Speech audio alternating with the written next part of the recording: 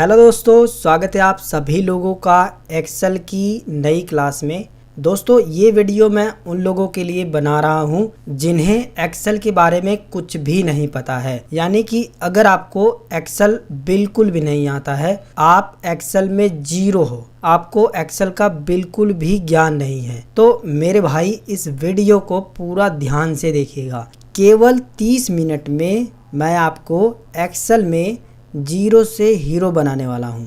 Excel की वो basic जानकारियाँ मैं आपको इस वीडियो के अंदर बताने वाला हूँ जो हमें एक्सेल सीखते वक्त सबसे ज़रूरी और सबसे पहले सीखना होता है। अगर आप एक्सेल में मास्टर बनना चाहते हैं, आप एक्सेल में एक्सपर्ट बनना चाहते हैं, तो मेरा मान के इस वीडियो को एक बार पूरा देखिए। इस वीडियो के अंदर आपको एक्सेल की वो बेसिक जानकारियां मिल जाएंगी जो आपको एक्सपर्ट बनाने में हेल्प करती हैं। अगर आपको एक्सेल में बिल्कुल भी जानकारी नहीं है, आपको एक्सेल चलाना नहीं आता है, आप एक्सेल के बारे में कुछ नहीं जानते हैं, आप एक्सेल में जीरो हो, तो बस इस वीडियो को पूरा 30 मिनट तक आप देख लीजिए। आपको एक्सेल में जीरो से हीरो बनाना मेरा काम है, बस आप इस वीडियो को पूरा ध्यान से देखिए। नमस्कार दोस्तों, मेरा नाम है गुलाब और आप देख रहे हैं गुलाब गुरु कंप्यूटर स्मार्ट क्लास। वीडियो पसंद आएगा तो लाइक शेयर सब्सक्राइब कर दीजिएगा। सबसे पहले एक्सेल को ओपन करते हैं। तो एक्सेल को चालू करने के लिए आपको स्टार्ट बटन पे क्लिक करना है, ऑल ऐप्स पे क्लिक करना है। इसके बाद आपको थोड़ा सा नीचे आना है, यहाँ पर आपको एक फ़ोल्डर मिलेगा माइक्रोसॉफ्ट ऑफिस, आपको इस पर एक बार क्लिक करना है। इसके अंदर आपको जो है माइक्रोसॉफ्ट ऑफिस एक्सेल करके एक्सेल मिल जाएगा, आप इस पर क्लिक करके एक्सेल को चालू कर सकते हैं। इसके अलावा अगर आप शॉर्टकट से एक्सेल को ओपन करना चाहते हैं तो आपको विंडोज़ के साथ आर बटन को दबाना है।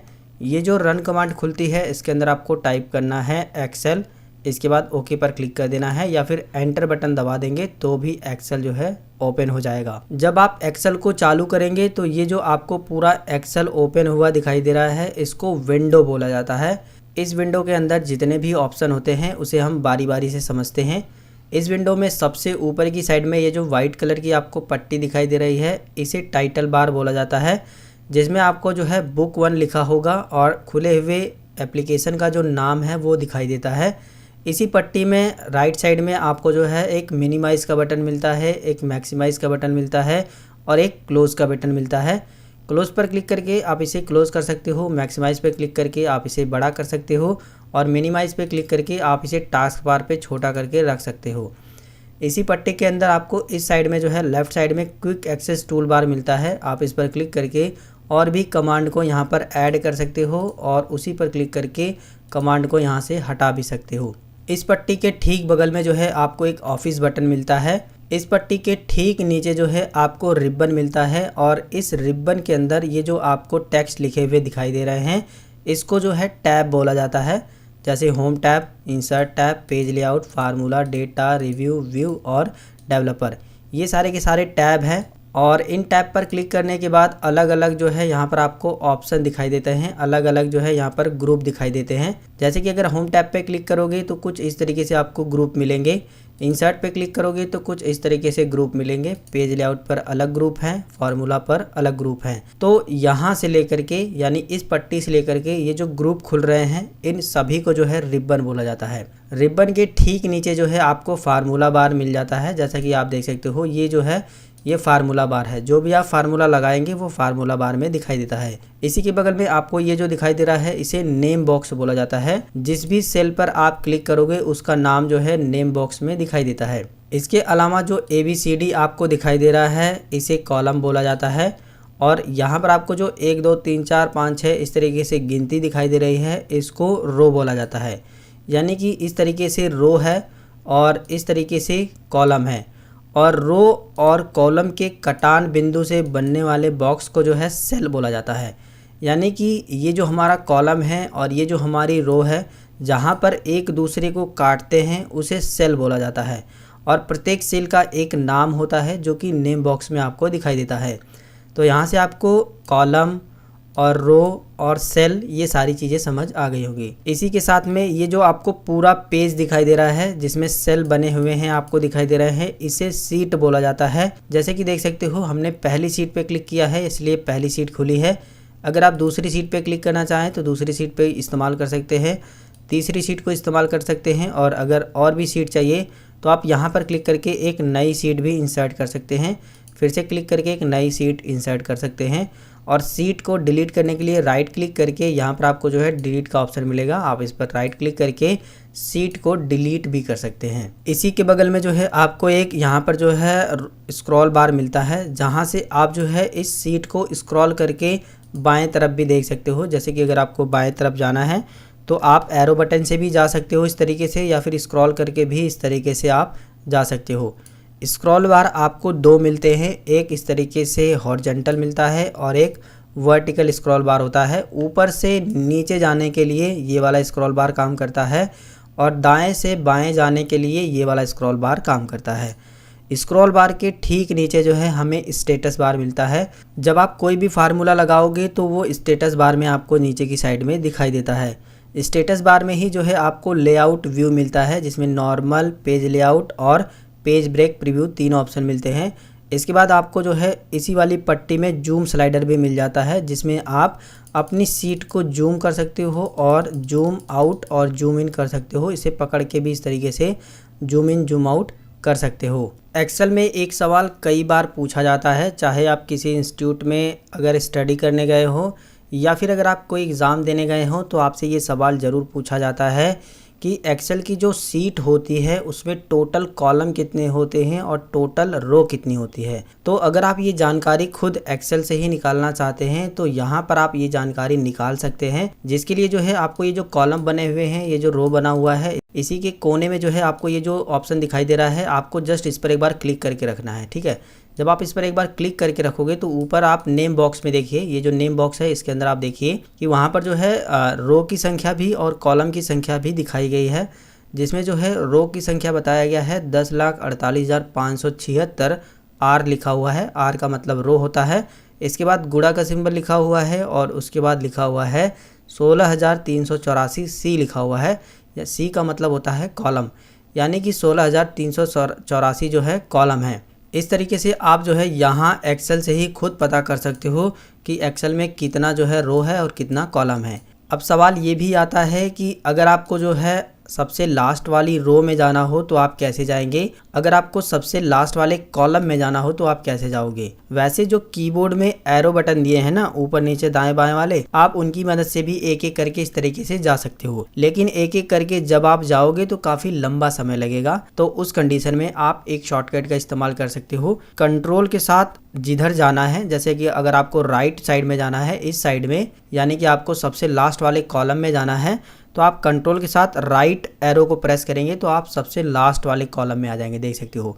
और इस कॉलम का नाम भी आप देख सकते हो, कई बार एग्जाम में पूछा गया है कि एक्सेल में सबसे लास्ट वाले कॉलम का क्या नाम है, तो इसका नाम है XFD। ठीक है, इसके बाद जो है अगर आपको फिर से जो है सबसे पहले वाले कॉलम में आना है तो कंट्रोल के साथ लेफ्ट वाला एरो बटन दबाएंगे तो आप सबसे पहले वाले कॉलम में आ जाएंगे, जैसा कि आप देख सकते हो। इसी तरीके से अगर आपको सबसे नीचे जो है सबसे लास्ट वाली रो में जाना हो, सबसे नीचे जाना हो, तो आप कंट्रोल के साथ डाउन एरो बटन दबाएंगे तो सबसे नीचे वाली रो में आ जाएंगे, जैसा कि आप देख सकते हो। यहाँ पर रो की संख्या भी बताई गई है 10,48,576। इसी तरीके से अगर आपको नीचे की साइड से सबसे लास्ट वाले कॉलम में जाना है तो कंट्रोल के साथ राइट एरो प्रेस करिए, आप सबसे नीचे की साइड में सबसे लास्ट वाले कॉलम में आ जाएंगे, जैसा कि आप देख सकते हैं। ठीक है, और इसी तरीके से अगर आपको ऊपर जाना है तो कंट्रोल के साथ अप एरो बटन दबाइए तो ऊपर आ जाएंगे, लेफ्ट बटन दबाओगे तो आप होम पे आ जाओगे।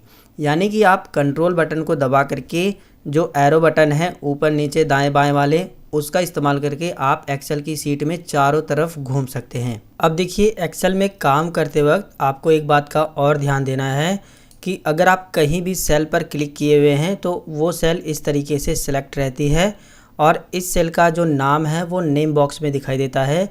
नाम कैसे बनता है इसे भी आप थोड़ा समझिए। जैसे कि हमने इस सेल में क्लिक किया है जो कि डी वाले कॉलम में है और 4 वाली रो में है, तो इस सेल का जो नाम बनेगा वो D4 बनेगा, जैसा कि आप देख सकते हो। ठीक है, और इसी तरीके से अगर आप किसी दूसरी सेल में क्लिक करते हैं तो उस नाम से जो है नेम बॉक्स में उसका नाम दिखाई देगा। जैसे कि देखोगे C वाला कॉलम है और 3 वाली रो है, तो इसका नाम जो है C3 है। इसी तरीके से जिस भी सेल में आप क्लिक करोगे उसका नाम जो है नेम बॉक्स में दिखाई देगा। एक बात का और आपको ध्यान देना है कि जब आप इसके अंदर कोई भी डेटा को एंटर करोगे तो दाहिने तरफ जाने के लिए आपको जो है टैब बटन को दबाना है। जब आप टैब बटन दबाओगे तो दाहिने तरफ जाओगे इस तरफ, और पीछे आने के लिए जो है आपको शिफ्ट के साथ टैब बटन दबाना है। शिफ्ट के साथ टैब बटन दबाओगे तो आप पीछे आओगे, केवल अगर आप टैब बटन दबाओगे तो आगे जाओगे। यानी कि अगर आप कोई डेटा एंटर कर रहे हो, अब आपको आगे जाना है तो टैब बटन दबाइए, लेकिन अगर आपको पीछे आकर के जो भी डेटा आपने एंटर किया है उसमें कुछ सही करना है तो शिफ्ट के साथ टैब बटन दबाइए तो आप पीछे की साइड में आ जाओगे। दूसरी बात कि अगर आपको नीचे की साइड में आना है तो आपको एंटर बटन दबाना है। और एक बात का और आपको ध्यान देना है कि आप टैब बटन से और एंटर बटन से तो आगे पीछे ऊपर नीचे जा ही सकते हो, लेकिन जो आपके कीबोर्ड में एरो बटन होता है ना, ऊपर नीचे दाएं बाएं वाला, जैसा कि आप स्क्रीन पर भी देख सकते हो, इन एरो बटन की मदद से भी जो है आप दाएं बाएं ऊपर नीचे जा सकते हो। जैसे अगर आपको दाहिने तरफ जाना है तो दाएं वाला एरो दबाइए, ऊपर जाना है तो अप वाला एरो दबाइए, नीचे आना है तो डाउन वाला एरो दबाइए, लेफ़्ट साइड में जाना है तो लेफ़्ट वाला एरो दबाइए। इस तरीके से आप जो है बिना माउस का इस्तेमाल किए केवल कीबोर्ड से ही जो है अलग अलग सेल में जा सकते हो।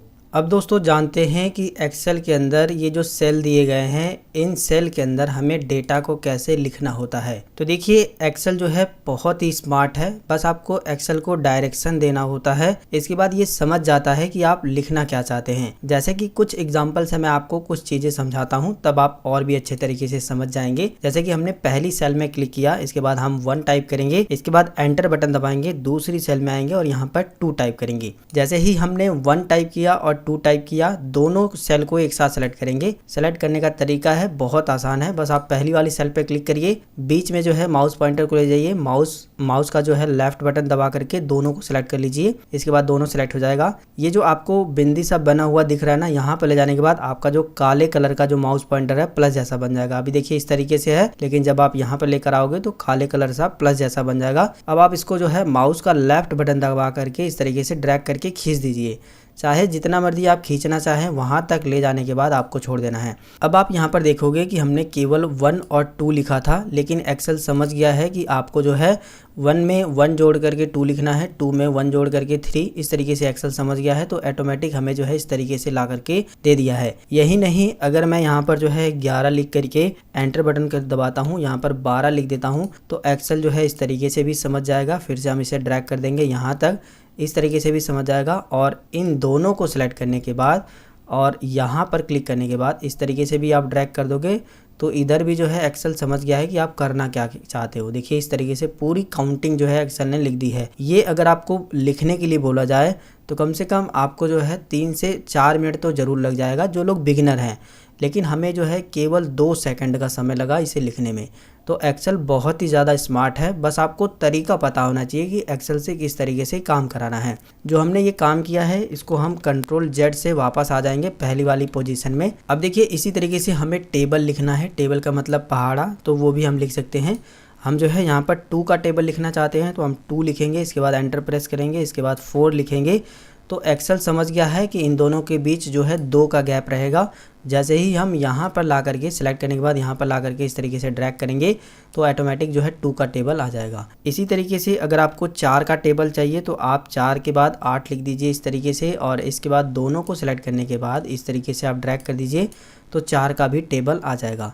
बस यहाँ पर आपको एक चीज़ का ध्यान देना है कि 2 सेल के बीच का गैप बता देना है, यानी 2 जो नंबर आप डाल रहे हैं उसके बीच का अगर गैप आप बता देंगे तो एक्सेल समझ जाएगा। जैसे कि मैं आपको एक और एग्जांपल दे करके बताता हूँ। जैसे कि हम 1 लिखेंगे, इसके बाद एंटर प्रेस करके 3 लिख देंगे, तो एक्सेल समझ गया है कि 2 संख्याओं में 2 का गैप है, एक के बाद 2 जोड़ के 3 लाना है। तो एक्सेल समझ गया है जितनी भी विषम संख्याएं हैं वो सारी की सारी हमें ला करके इस तरीके से ला करके दे देगा। ठीक है, तो मैं उम्मीद करूंगा कि ये चीज़ें आपको समझ आ गई होंगी अच्छी तरीके से। अब जो है ये चीज़ें केवल नंबर पे ही नहीं, ये चीज़ें जो है टेक्स्ट पर भी काम करती है। जैसे कि अगर मुझे संडे मंडे लिखना है तो मैं यहाँ पर SUNDAY लिख देता हूँ, संडे लिखते ही एक्सेल समझ जाएगा, मंडे लिखने की ज़रूरत ही नहीं है। संडे मैंने लिख दिया, इस तरीके से मैं ड्रैग कर देता हूँ तो देखिए यहाँ पर जो है सैटरडे तक ला करके दे दिया है। इसी तरीके से अगर मैं सिर्फ और सिर्फ शॉर्ट फॉर्म में लिखना चाहूँ, जैसे कि मैं SUN लिखना चाहता हूँ, सिर्फ लिखने के बाद जो है हम बाहर क्लिक कर देंगे, एक्सेल जो है समझ जाएगा। बस हम इसे सेलेक्ट करेंगे,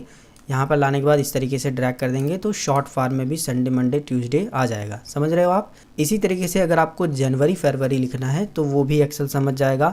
जैसे कि हम JANUARY लिख देते हैं, जनवरी हो गया, और इसको भी हम जो है सेम उसी तरीके से ड्रैग कर देंगे इस तरीके से। तो देखिए जुलाई तक आ गया है, और अगर आप और भी ड्रैग करोगे तो यहाँ पर जो है दिसंबर तक आप ड्रैग कर सकते हो इस तरीके से, ठीक है। इसी तरीके से अगर आपको जो है शॉर्ट में लिखना है तो आप शॉर्ट में भी लिख सकते हैं। जैसे कि मैं जनवरी लिख देता हूँ, JANU, या फिर JAN तक ही रहने देते हैं, जनवरी। और इसके बाद जो है इसे सेलेक्ट करने के बाद यहाँ पर लाने के बाद जो है हम इस तरीके से ड्रैग कर देंगे तो देखिए शॉर्ट फॉर्म में भी यहाँ पर आ गया है। तो ये कुछ एक्सेल की कमांड होती हैं जिन्हें आपको देना पड़ता है। एक्सेल अपने आप जो है समझ जाता है कि आप क्या करना चाहते हैं। फिलहाल इन सभी को डिलीट करने के लिए हम माउस का लेफ्ट बटन दबा करके यहाँ से यहाँ तक सेलेक्ट कर लेंगे। इसके बाद डिलीट बटन दबा देंगे तो ये डिलीट हो जाएगा। अब जो है यहाँ पर मैं एक छोटा सा आपको डेटा को एंटर करके होम टैब के कुछ फीचर के बारे में भी बता देता हूँ। तो जिसके लिए जो है हम यहाँ पर सबसे पहले टाइप करेंगे नेम, जिसके लिए हम नेम लिखेंगे। इसके बाद जो है यहाँ पर हिंदी लिखेंगे क्योंकि हिंदी का सब्जेक्ट रहेगा। एक मार्कशीट टाइप का डेटा हम बनाएंगे।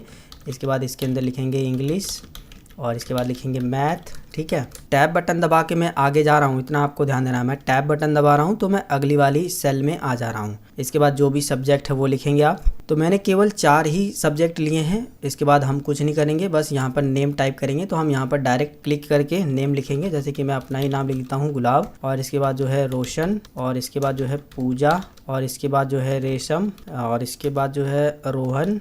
इस तरीके से मैंने कुछ स्टूडेंट के नाम लिख दिए हैं, और जो उनका जो सब्जेक्ट में मार्क मिला है, जो नंबर मिला है, उसे हम यहाँ पर डालेंगे। तो नंबर डालने के लिए आप यहाँ पर लिखेंगे, जैसे 85 नंबर हिंदी में मिला है, फिर एंटर बटन दबाएंगे तो आपको रोशन का यहाँ पर जो है एंटर करने के लिए बोलेगा। इसके बाद जो है आप अगले का एंटर करेंगे, इसके बाद अगले का एंटर करेंगे। इस तरीके से आप सभी का नाम एंटर करेंगे।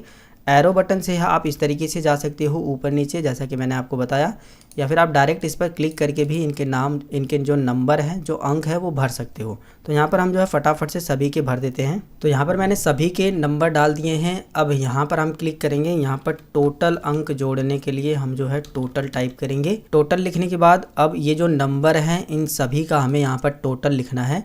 तो जिसके लिए हम जो है एक्सेल में कोई भी फार्मूला लगाएंगे तो सबसे पहले हमें बराबर का निशान लगाना है।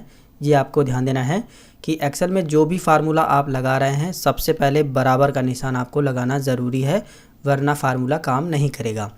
बराबर का निशान लगाने के बाद आपको ये वाली सेल सेलेक्ट करनी है। इसके बाद प्लस दबाना है। इसके बाद ये वाली सेल सेलेक्ट करनी है। इसके बाद प्लस दबाना है। इसके बाद ये वाली सेल सेलेक्ट करनी है, प्लस दबाना है। इसके बाद ये वाली सेल सेलेक्ट करनी है। अब आपको कुछ नहीं करना है, बस एंटर बटन को दबा देना है। जैसे ही आप एंटर बटन को दबाओगे तो देखोगे इस वाली सेल के अंदर जो हमारी वैल्यू है वो आ गई है। यानी इन सभी सब्जेक्ट के जो अंक हैं उन्हें जोड़ने के बाद इतने नंबर होते हैं। आप एक चीज़ को और ध्यान दीजिएगा कि जो हमने यहाँ पर फार्मूला लगाया है, यहाँ पर फार्मूला नहीं बल्कि रिजल्ट हमें दिखाई दे रहा है, जबकि फार्मूला बार में आप देखोगे फार्मूला दिखाई दे रहा है। तो ये जो फार्मूला बार होता है इसमें हमेशा फार्मूला ही दिखाई देता है, इतना आपको ध्यान देना है। अब जिस तरीके से हमने इसका निकाला है पहले वाले स्टूडेंट का, उसी तरीके से हम अलग अलग स्टूडेंट का निकाल सकते हैं। लेकिन एक्सेल में हमें एक सुविधा मिलती है कि अगर आपने एक बार एक काम कर दिया और वही काम आपको और भी जगहों पर करना है तो आपको बार बार वही काम दोहराने की ज़रूरत नहीं है। बस आप उस काम को सिलेक्ट करिए जिस काम को आपने किया है। इसके बाद यहाँ पर इस तरीके से ड्रैग कर दीजिए तो सभी का निकल के आ जाएगा। इसे आप एक बार समझिए फिर से। जिस तरीके से हमने पहले का निकाला है तो आपको भी सिर्फ पहले ही स्टूडेंट का निकालना है। पहले का निकालने के बाद इसी फार्मूले को हमको नीचे जो है ड्रैग कर देना है, सभी का निकल जाएगा ऑटोमेटिक, हमें अलग से निकालने की ज़रूरत नहीं पड़ेगी। जिसके लिए जो है हम इस सेल को सेलेक्ट करेंगे, यहाँ पर इस तरीके से प्लस जैसा आइकन बनाएंगे, माउस का लेफ्ट बटन दबा के इस तरीके से ड्रैग कर देंगे, सभी का टोटल जो है निकल करके आ गया है, जैसा कि आप देख सकते हैं। इस तरीके से आपको इसके अंदर डेटा को लिखना होता है। टोटल निकालने का एक और तरीका है, यानी कि सभी सब्जेक्ट के जो अंक हैं उन्हें जोड़ने का एक फार्मूला है, उसे मैं आपको बता देता हूं। अभी तो हमने एक एक सेल को सेलेक्ट करके जोड़ा, लेकिन अगर आप डायरेक्ट जो है उस फार्मूले से जोड़ना चाहते हैं तो उसके लिए आपको जो है सबसे पहले लगाना है बराबर का निशान और इसके अंदर आपको टाइप करना है सम। इसके बाद टैब बटन को दबा करके सम का फार्मूला एक्टिव कर लेना है। एक्सेल में सम का मतलब होता है जोड़ना। इसके बाद आपको नंबर 1 में उन सभी सेल को इस तरीके से बता देना है। यहाँ से यहाँ तक आपको सेल पर क्लिक करके माउस का लेफ्ट बटन दबा करके सेल को सिलेक्ट कर देना है। इसके बाद सेल ऑटोमेटिक सेलेक्ट हो जाएगा। इसके बाद ब्रैकेट को बंद कर देना है, शिफ्ट के साथ ब्रैकेट को बंद करिए, एंटर बटन दबाइए तो इसका जो है सम निकल करके आ जाएगा। अब आप देखोगे फार्मूला बार में सम का फार्मूला दिखाई दे रहा है। अब आप जो है यहाँ से पकड़ करके इसे ड्रैग कर देंगे तो सभी का निकल के आ जाएगा और सभी में जो है सम का फार्मूला ऑटोमेटिक अप्लाई हो जाएगा। एक्सेल में सम का मतलब होता है जोड़ना, और अगर आपको जो है घटाना हो, यानी कि अगर आपको किसी अंक को किसी अंक में से घटाना हो तो वो भी आप सीख लीजिए। सबसे पहले आप लगाएंगे बराबर का निशान। अगर आपको इस वाले अंक में से इसको घटाना है तो आप सबसे पहले इस वाले अंक को सिलेक्ट करेंगे, इसके बाद लगाएंगे माइनस का निशान, इसके बाद इस वाले अंक को सिलेक्ट कर देंगे, इसके बाद एंटर की को प्रेस कर देंगे तो इस वाले में से ये वाला माइनस होकर के आ गया है। जब आप इस पर क्लिक करेंगे तो यहाँ पर फार्मूले में आप देख सकते हो यहाँ पर जो है माइनस लगा हुआ आपको मिल जाएगा। इसी तरीके से अगर आपको गुणा करना है तो आप गुणा भी कर सकते हो। जैसे हम लोग लगाएंगे सबसे पहले बराबर का निशान। कोई भी फार्मूला लगाने के लिए आपको लगाना है सबसे पहले बराबर का निशान। अगर हमें जो है इसको और इससे मल्टीप्लाई करना है, यानी इस वाली सेल को इस वाली सेल से मल्टीप्लाई करना है यानी गुणा करना है, तो हम पहले इस वाली सेल को सिलेक्ट करेंगे, इसके बाद एस्ट्रिक्ट का साइन लगाएंगे, जो स्टार वाला होता है उसे ही जो है गुणा का सिंबल बोला जाता है, आप ऐसा सिंबल लगाएंगे। इसके बाद दूसरी सेल वाले को सिलेक्ट कर लेंगे, इसके बाद एंटर बटन को दबाएंगे तो देखिए गुणा करने पर, इन दोनों को गुणा करने पर इतना आएगा। फार्मूला बार में आप देख सकते हो गुणा वाला फार्मूला हमने लगाया है। इसी तरीके से अगर हमें जो है इस वाली संख्या में इस संख्या से भाग देनी है तो आप भाग देना भी सीख लीजिए। सबसे पहले लगाएंगे बराबर का निशान, इस वाले सेल को सेलेक्ट करेंगे, जो भी इसके अंदर हमारी संख्या रहेगी उसमें हम भाग देना चाहते हैं, इसलिए जो है इस तरीके से भाग वाला सिंबल लगाएंगे। इसके बाद इस वाली संख्या को सेलेक्ट कर लेंगे, इसके बाद एंटर की को प्रेस करेंगे तो देखिए भाग देने पर इस तरीके से वैल्यू आएगी। तो हमने जोड़ना, घटाना, गुणा करना, भाग करना सारी चीज़ें सीख ली है। हम इसे डिलीट कर देते हैं यहाँ से। इसके बाद जो है होम टैब में ये जो फ़ॉन्ट वाला भाग दिया है, अलाइनमेंट वाला भाग दिया है, ये आपके लिए काफ़ी इंपॉर्टेंट है, तो इसके बारे में भी आपको ज़रूर पता होना चाहिए। तो एक एक करके हम सभी चीज़ों को समझते हैं। तो इसको अप्लाई करने के लिए आप जिस भी सेल को सिलेक्ट करेंगे ये चीज़ें उसी में अप्लाई होगी। तो हम यहाँ से लेकर के यहाँ तक सिलेक्ट कर लेते हैं। अगर आपको थोड़ा सा बोल्ड करना हो यानी टेक्स्ट को थोड़ा सा मोटा दिखाना हो तो आप बोल्ड वाले पे क्लिक करेंगे तो बोल्ड हो जाएगा। और अगर आप यहाँ पर क्लिक करोगे तो यहाँ से आप फ़ॉन्ट का स्टाइल है जो है उसे बदल सकते हो, कुछ इस तरीके से फ़ॉन्ट स्टाइल हो जाएगा। इसके बाद जो है आप यहाँ पर क्लिक करके इसका जो साइज़ है उसे बढ़ा सकते हो और यहाँ पर क्लिक करके साइज़ को घटा सकते हो। डायरेक्ट आप चाहो तो यहाँ पर क्लिक करके साइज़ को बढ़ा सकते हो और घटा भी सकते हो। एक चीज़ का और आपको ध्यान देना है कि जैसे ही मैंने यहाँ पर साइज़ को बढ़ाया तो आप देखोगे जो इंग्लिश वाला हमारा कॉलम था वो इंग्लिश वाला कॉलम छिप रहा है। तो अगर आपके साथ भी ऐसी कंडीशन आ गई है कि कोई भी आपका जो डेटा है वो छिप रहा है तो आपको कॉलम की साइज़ को थोड़ा सा बढ़ा देना है। बस आप यहाँ पर लेकर आओगे, ऊपर लेकर आना है आपको, नीचे लेकर आओगे तो नहीं होगा। ऊपर लेके जाओगे इस तरीके से तो आपका माउस पॉइंटर कुछ इस तरीके से बन जाएगा। आप जो भी कॉलम बढ़ाना चाहते हो इस तरीके से पकड़ करके खींच दोगे तो कॉलम की साइज़ बढ़ जाएगी, और कम करना चाहते हो तो इस तरीके से कम भी कर सकते हो। यानी कि दोस्तों किसी भी कॉलम का साइज़ बढ़ाने या घटाने के लिए आपको कॉलम के जो दिया है लाइन, इसी पर आ जाना है। ये जो लाइन दिया है ना, इस पर लाइन पर आओगे तो इस तरीके से कॉलम का साइज़ बढ़ा सकते हो और घटा भी सकते हो। ठीक इसी तरीके से अगर आपको रो का साइज़ भी बढ़ाना घटाना है तो आप यहाँ पर क्लिक करके इस तरीके से माउस पॉइंटर बना लीजिए। माउस का लेफ़्ट बटन दबा करके अब जब नीचे ऊपर ड्रैग करोगे तो इसका जो साइज़ है वो भी बढ़ेगा घटेगा। तो अभी के टाइम में हम इतना ही साइज़ रखते हैं क्योंकि जब हम यहाँ पर रोटेशन समझेंगे तो रोटेशन आपको यहाँ पर अच्छे तरीके से समझ आएगा। अब देखिए इन सभी को सिलेक्ट करने के बाद अगर आप इटैलिक करना चाहो तो थोड़ा सा इटैलिक कर सकते हो, थोड़ा सा टेक्स्ट टेढ़ा हो जाएगा। और अंडरलाइन करना चाहो तो अंडरलाइन यानी जो आपने लिखा है उसके नीचे एक अंडरलाइन आ जाएगी। हटाने के लिए दोबारा से आप इस पर क्लिक करते चले जाइएगा, वो हट जाएगा। अभी जो है हम इसका फ़ॉन्ट स्टाइल पहले जैसा ही रख लेते हैं जैसा हमारा पहले था। इसके बाद आप देखोगे यहाँ पर एक आपको बॉर्डर का ऑप्शन मिल जाता है। तो जब भी हमें अपने डेटा के अंदर बॉर्डर लगाना है तब ये ऑप्शन काम करता है। जहाँ पर भी आपको बॉर्डर लगाना है पूरा का पूरा डेटा आप सेलेक्ट करिए। इसके बाद यहाँ पर क्लिक करके ऑल बॉर्डर पे क्लिक कर दीजिए, ज़्यादातर ऑल बॉर्डर ही इस्तेमाल होता है। इसके बाद देखोगे आपके डेटा के अंदर बॉर्डर लग जाएगा। इसके बाद जो है अगला है ये हमारा है फिल कलर। ये बैकग्राउंड में कलर फिल होता है। जैसे कि अगर हमें इसके नीचे जो है कलर फिल करना है, ये जो सेल सेलेक्ट है इसके अंदर कलर फिल करना है तो यहाँ पर क्लिक करके कोई भी कलर आप यहाँ से फिल कर सकते हो। सारे के सारे कलर दिए गए हैं।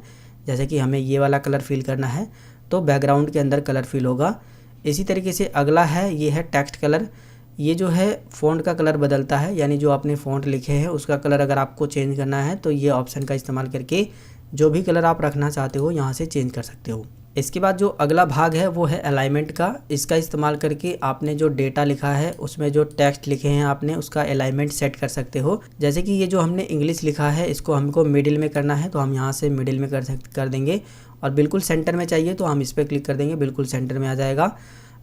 टॉप में चाहिए तो टॉप में इस तरीके से आएगा, बॉटम में चाहिए तो बॉटम में इस तरीके से आएगा, लेफ़्ट बॉटम में चाहिए तो इस तरीके से आएगा, राइट बॉटम में चाहिए तो इस तरीके से आप यहाँ से चेंज कर सकते हो। ठीक है, और सभी का एक साथ करना है तो सभी को एक साथ सेलेक्ट करिए और यहाँ पर इस तरीके से क्लिक कर दीजिए तो सभी का बिल्कुल सेंटर में आ जाएगा। इसके बाद जो अगला ऑप्शन आता है वो है रोटेशन को लेकर के। इसका इस्तेमाल करके आप अपने द्वारा लिखे गए टेक्स्ट को रोटेट कर सकते हो, घुमा सकते हो। जैसे कि हम इस पर क्लिक करेंगे काफ़ी सारे एंगल में आपको स्टाइल मिल जाएंगे। जिस भी एंगल में आपको घुमाना है आप उस पर इस तरीके से क्लिक कर देंगे, उस एंगल में घूम जाएगा। जैसे कि हम इस पर क्लिक कर देते हैं तो इस एंगल में घूम जाएगा और हम जो है इसको इस तरीके से कर देंगे और इसके बाद यहाँ पर क्लिक कर देंगे तो बॉटम अलाइन हो जाएगा इस तरीके से। तो इस तरीके से अगर आपको रोटेशन करना हो तो रोटेट कर सकते हो। बहुत सारे स्टाइल दिए गए हैं, आपकी मर्जी है। अगर आप इसे पहले जैसा करना चाहो तो इस पर क्लिक कर दोगे, पहले जैसा हो जाएगा, और इस पर क्लिक कर दोगे, सेंटर हो जाएगा। इसके बाद जो है अगर आपको इस सेल को पहले जैसा करना है तो आप यहाँ पर क्लिक करिए, इस तरीके से ऊपर थोड़ा सा ला करके छोड़ दीजिए, पहले जैसा सेल आपका बन जाएगा। इसके बाद दोस्तों अगला है ऑप्शन रैप टेक्स्ट का। ये बहुत ही काम का है। अगर आपका टेक्स्ट जो है एक सेल से बाहर जा रहा है, जैसा कि आप देख सकते हो एग्जाम्पल भी बताया गया है कि अगर आपका टेक्स्ट जो आप लिख रहे हैं डेटा वो बड़ा है तो उसको आप एक ही सेल में नीचे एडजस्ट कर सकते हो। इसे मैं एग्जांपल से आपको समझाता हूँ। जैसे कि मैं अपना ही नाम लिख देता हूँ, जैसे कि मेरा नाम है गुलाब चंद, मैंने यहाँ पर लिख दिया। अभी आप देखोगे ये जो मैंने लिखा है ये एक सेल से बाहर जा रहा है। एक तरीका तो ये है कि आप जो है इस कॉलम की चौड़ाई को बढ़ा दीजिए तो ये जो है सेल एडजस्ट हो जाएगा। और दूसरा तरीका ये है कि आप इसे पहले जैसा ही रहने दीजिए जैसा आपका था पहले।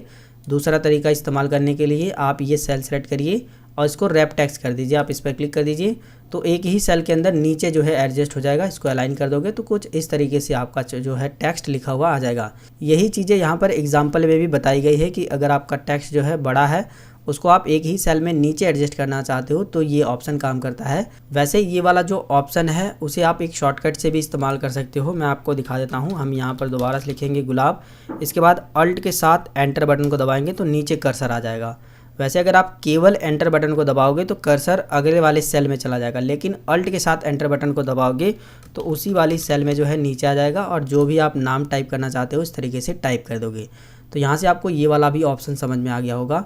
इसमें एक और ऑप्शन है ये वाला मर्ज सेंटर का ऑप्शन, ये भी काफ़ी कमाल का है। तो हम इसे सबसे पहले डिलीट करते हैं। देखिए मर्ज एंड सेंटर ऑप्शन क्या काम करेगा, दो या दो से अधिक सेलों को मर्ज करने के लिए, एक साथ करने के लिए ये ऑप्शन काम करता है। जैसे कि हमें यहाँ से लेकर के यहाँ तक सेलों को मर्ज करना है, यहाँ से लेकर के यहाँ तक, तो हम इन सभी सेल को सिलेक्ट करने के बाद इस पर क्लिक कर देंगे तो सेल हमारी मर्ज हो जाएगी और ये एक ही सेल बनी रहेगी। इसके अंदर जो है जो भी हम लिखना चाहते हैं, जैसे कि मैं मार्कशीट लिख देता हूँ। मार्कशीट लिखने के बाद ये एक ही सेल के अंदर है, हम इसे सेलेक्ट करेंगे, ऑल बॉर्डर कर देंगे, साइज जो है थोड़ा सा बड़ा कर देंगे, इसके अंदर ये कर देंगे कलर, और जो टेक्स्ट कलर है वो ये वाला कर देंगे। इसके बाद देखिए इस तरीके से एक ही सेल बन जाएगा। तो मर्ज एंड सेंटर करने के लिए ये ऑप्शन काम करता है। अब यहाँ पर एक और चीज़ को आपको समझना है कि जैसे कि अगर आपको हिंदी के बाद कोई दूसरा सब्जेक्ट लिखना था, लेकिन अगर आपने गलती से इंग्लिश लिख दिया, यहाँ पर आपको एक और कॉलम की ज़रूरत पड़ गई बीच में, तो उस कंडीशन में आप कैसे कॉलम इंसर्ट करेंगे। तो उस कंडीशन में आप जो है इसको सेलेक्ट कर लीजिए, इस पर राइट क्लिक करिए। जब आप जो है इसको सेलेक्ट करेंगे कॉलम को, इसके बाद राइट क्लिक करेंगे तो यहाँ पर इंसर्ट का ऑप्शन मिलेगा, आप इस पर क्लिक करेंगे। जैसे ही आप जो है इंसर्ट पर क्लिक करेंगे तो देखिए यहाँ पर एक नया कॉलम जो है इंसर्ट हो जाएगा। अब आप जो भी सब्जेक्ट इसके अंदर लिखना चाहते हैं वो लिख सकते हैं। इसी तरीके से अगर आपको ये कॉलम को डिलीट करना है तो आप इस कॉलम को पूरा सेलेक्ट करिए, यहाँ पर क्लिक करोगे तो पूरा कॉलम सेलेक्ट होगा। इसके बाद राइट क्लिक करिए और यहाँ पर डिलीट का ऑप्शन मिलेगा, डिलीट पर क्लिक कर दीजिए, कॉलम डिलीट हो जाएगा। इसी तरीके से कभी कभी हमें जो है रो को भी यहाँ पर इंसर्ट करने की ज़रूरत पड़ जाती है। तो रो को भी इंसर्ट करने के लिए आप पूरी की पूरी रो को यहाँ पर क्लिक करके सेलेक्ट कर लीजिए। इसके बाद रो पर राइट क्लिक करिए और इंसर्ट पर क्लिक करोगे तो एक नई रो जो है इसके ऊपर इंसर्ट हो जाएगी। और अगर आप इस रो को डिलीट करना चाहते हो तो रो को सिलेक्ट करने के बाद राइट क्लिक करिए, माउस का राइट क्लिक करना है, इतना आपको ध्यान देना है। इसके बाद डिलीट पर क्लिक कर दीजिए तो ये डिलीट हो जाएगा।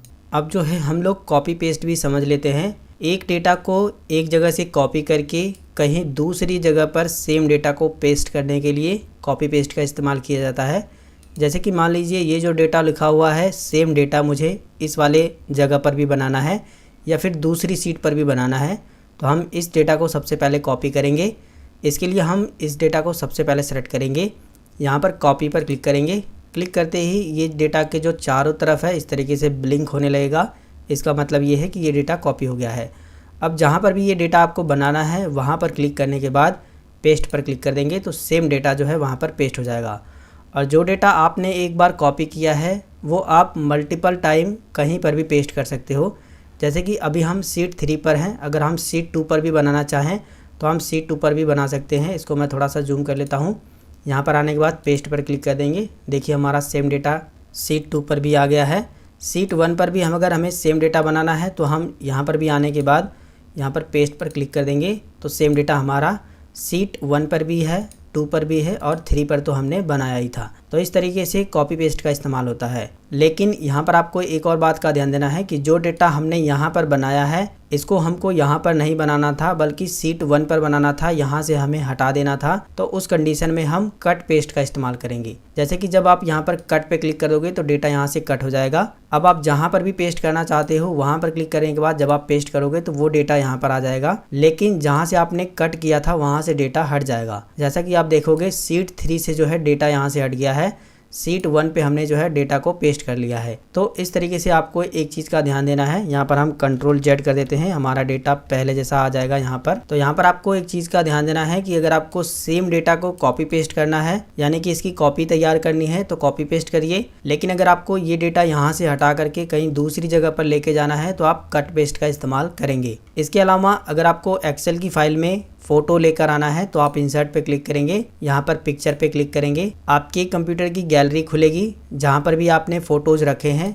आप वो सेलेक्ट करेंगे। इसके बाद उस फोटो को सेलेक्ट करेंगे, इसके बाद इंसर्ट पे क्लिक करेंगे, फ़ोटो जो है यहाँ पर आ जाएगी। जैसा कि आप देख सकते हैं इसमें जो है ये नोड बने होंगे, इन नोड की मदद से जो है आप जो है इस फ़ोटो को इस तरीके से छोटा करके अपने जो एक्सेल की सीट है उस पर इस तरीके से एडजस्ट कर पाओगे। जैसा कि आप देख सकते हो इस तरीके से आपका फ़ोटो यहाँ पर आ जाएगा। इसके अलावा जो है आप यहाँ से क्लिप आर्ट भी ले सकते हो, यहाँ से शेप्स भी ले सकते हो। यहाँ से बने बनाए शेप्स आपको मिल जाते हैं, बस आप उन पर क्लिक करके इस तरीके से ड्रैग कर दोगे तो इस तरीके से शेप आपको बने बनाए यहाँ पर मिल जाते हैं। इसके बाद जो भी आपने एक्सेल में डेटा बनाया है उसको सेव करने के लिए आप ऑफिस बटन पर क्लिक करेंगे। इसके बाद आपको यहाँ पर एक सेव का बटन मिलेगा, आप सेव पर क्लिक करेंगे।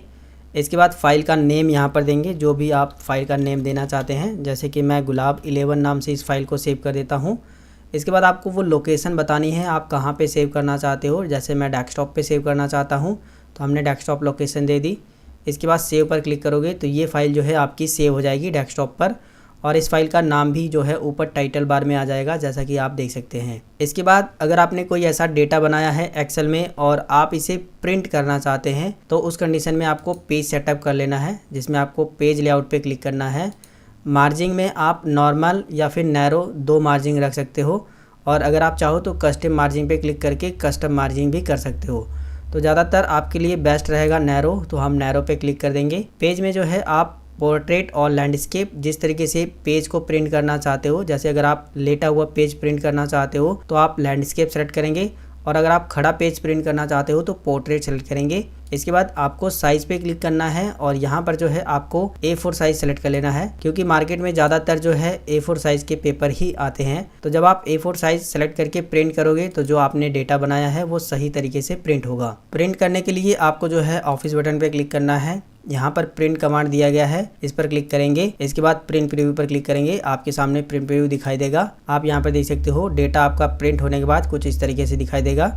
अब आप प्रिंट पे क्लिक करके इस डेटा को प्रिंट निकाल सकते हो। फिलहाल हम यहाँ पर क्लोज प्रिंट प्रीव्यू पे क्लिक करेंगे, क्योंकि हमें डेटा को प्रिंट नहीं करना है। तो दोस्तों इस वीडियो के अंदर बस इतनी ही जानकारी। इस वीडियो के अंदर मैंने आपको एक्सेल की वो बेसिक जानकारियाँ बताई है जो आपको एक्सेल के शुरुआती दिनों में सीखना ज़रूरी होता है। अगर आपने ये वीडियो पूरा देखा होगा तो मुझे पूरा भरोसा है जो भी मैंने एक्सेल की जानकारी इस वीडियो के अंदर बताई है वो आप अच्छे तरीके से सीख गए होंगे। लेकिन दोस्तों अगर आप एक्सेल को पूरा कंप्लीट सीखना चाहते हैं, ये जो टैब दिए गए हैं इनमें जितने भी ऑप्शन ये दिए गए हैं सभी ऑप्शन को अगर आप बारी बारी से एग्जाम्पल के साथ पूरा डिटेल में सीखना चाहते हैं, सारे फार्मूले सीखना चाहते हैं, तो आप सभी को बताना चाहेंगे कि आपको यूट्यूब पे जाना है, गुलाब गुरु लिख करके सर्च करना है, हमारा चैनल आ जाएगा, आपको इस पर क्लिक करना है। या फिर अगर आप ये वीडियो देख रहे हैं तो वहां पर नीचे आपको इस तरीके से एक लोगो दिखाई देगा, आप इस लोगो पर एक बार क्लिक करेंगे। इसके बाद आप जो है हमारे चैनल पर आ जाएंगे। यहाँ पर आप देखोगे